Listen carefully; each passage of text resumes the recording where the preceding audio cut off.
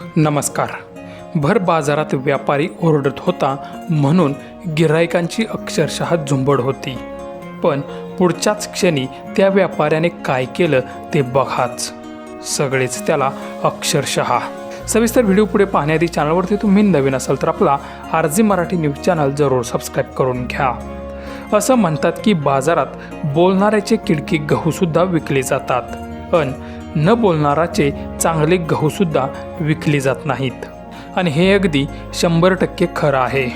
मार्केटमध्ये टिकायचं असेल, चांगले पैसे कमवायचे असतील तर काहीतरी वेगळं करावंच लागतं, जेणेकरून गिऱ्हाईक आपल्याकडे आकर्षित होईल. आणि हेच एका व्यापाऱ्याला समजलं आणि त्यानं काय केलं ते पुढे व्हिडिओमध्ये बघाच.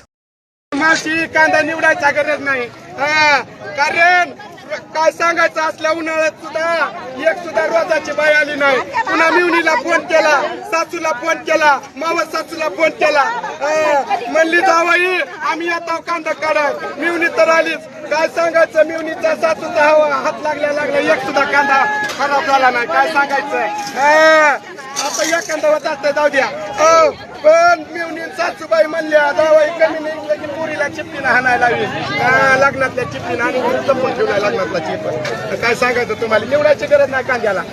माझ्या सासूचा नवस आहे. सासूने नवस केला म्हणून असं सोन्याने पिकायला घशामध्ये नाही.